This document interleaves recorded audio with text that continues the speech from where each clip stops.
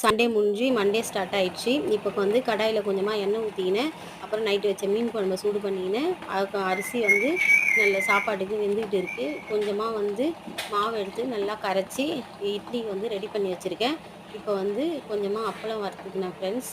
அதுக்கப்புறம் வந்து அப்பளம் வறுத்த எண்ணெயிலேயே ஒரு 4 வெங்காயம், ஒரு 6 பச்சை மிளகா, ஒரு 4 தக்காளி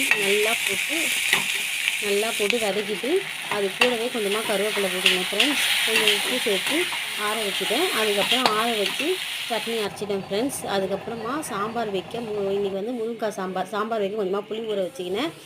புளி ஊற வச்சுட்டு கொஞ்சமாக வந்து பச்சை பட்டாணி, உருளைக்கிழங்கு வேக வச்சு எடுத்துக்கணும் ஃப்ரெண்ட்ஸ். இப்போ வந்து ஃப்ரைட் ரைஸுக்கு கேரட்டு, பீன்ஸு எல்லாமே கொஞ்சமாக முட்டை போட்டு ஃப்ரைட் ரைஸ் வந்து கலக்கிக்கிட்டேன். அது கூட கொஞ்சமாக பட்டாணி சேர்த்துங்க ஃப்ரெண்ட்ஸ். இப்போ வந்து பட்டாணி உருளைக்கிழங்கு தொக்கு பண்ணிவிட்டேன். இதில் கொஞ்சமாக புதினா அரைச்சி ஊற்றிட்டேன் ஃப்ரெண்ட்ஸ்.